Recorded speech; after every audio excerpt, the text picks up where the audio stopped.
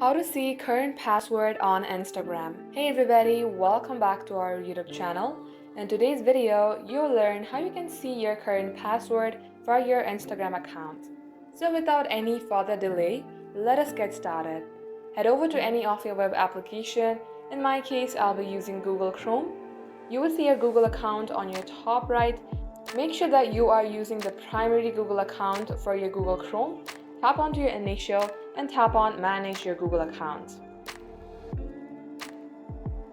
At this section, you will see Security. If you swipe into your left, go onto that tab, scroll below and you will see Password Manager. Tap Open it.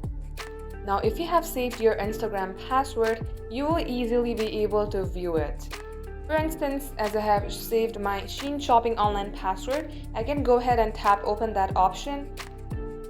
To view the password, all you have to do is tap on this eye icon and that will reveal your password. And same goes for your Instagram account.